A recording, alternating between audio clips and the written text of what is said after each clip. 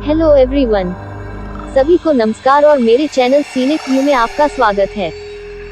दोस्तों, भारत की पारंपरिक जमीन में कई ऐसे राज दफन हैं जो कई वर्षों या कहें सदियों बाद आज भी अनसुलझे हैं, जितने पहले कभी हुआ करते थे। ये रहस्य कुछ ऐसे हैं जिन्हें जितना सुलझाने की कोशिश होती है, ये उतना ही उलझते जाते हैं।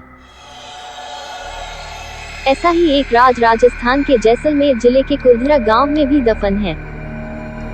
यह एक ऐसा गांव जो रात ही रात में वीरान हो गया और सदियों से लोग आज तक नहीं समझ पाए कि आखिर इस गांव के वीरान होने का राज क्या था। कुलधरा गांव के वीरान होने को लेकर एक अजीबोगरीब रहस्य है। दरअसल कुलधरा की कहानी शुरू हुई थी आज से करीब 200 साल पहले, जब कुलधरा खंडहर नहीं था बल्कि आसपास के 84 गांव पालीवाल ब्राह्मणों से आबाद हुआ करते थे। लेकिन फिर जैसे कुलधरा को किसी की बुरी नजर लग गई। वो शख्स था रियासत का दीवान सलीम सिंह। अयाश दीवान सलीम सिंह की नजर गांव के मुखिया की बेटी पर पड़ी। वह उस लड़की के पीछे इस कदर पागल था कि बस किसी तरह से उसे पा लेना चाहता था। उसने इसके लिए ब्राह्मणों पर दबाव बनाना शुरू कर दिया और बहुत ज्यादा कर लगाने की धमकी दी। हद तो तब हो गई कि जब सत्ता में चूर उस दीवान ने लड़की के घर संदेश भिजवाया कि यदि अगले पूर्णमासी तक उसे लड़की नहीं मिली तो वह गांव पर हमला करके लड़की को उठा ले जाएगा। दीवान और गांव वालों की ये लड़ाई अब एक कुंवारी लड़की के सम्मान की भी थी और गांव के आत्मसम्मान की भी। गांव की चौपाल पर पालीवाल ब्राह्मणों की बैठक हुई और 5000 से ज्यादा परिवारों ने अपने सम्मान के लिए रियासत छोड़ने का फैसला ले लिया। कहा जाता है कि निर्णय लेने के लिए सभी 84 गांव वाले एक मंदिर पर इकट्ठा हो गए और पंचायतों ने फैसला किया कि कुछ भी हो जाए अपनी लड़की उस दीवान को नहीं देंगे। अगली शाम कुलधरा कुछ यूं वीरान हुआ कि आज परिंदे भी उस गांव की सरहदों में दाखिल नहीं होते। कहते हैं गांव छोड़ते वक्त उन ब्राह्मणों ने इस जगह को श्राप दिया था।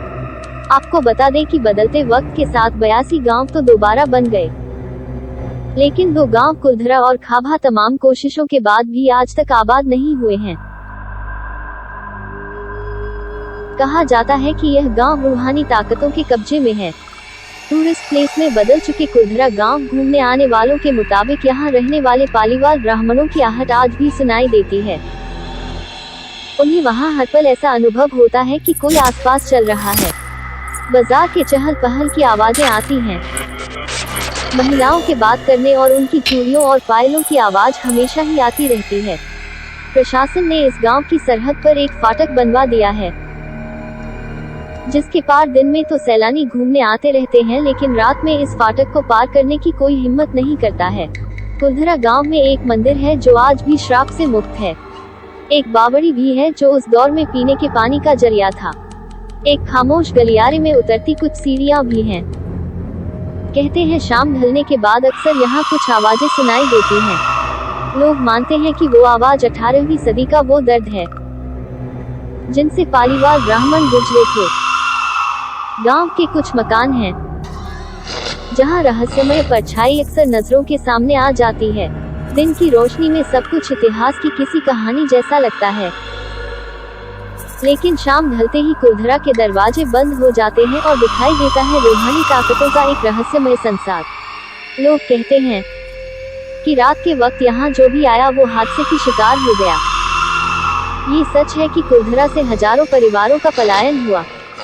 ये भी सच है कि कुलधरा में आज भी राजस्थानी संस्कृति की झलक मिलती है।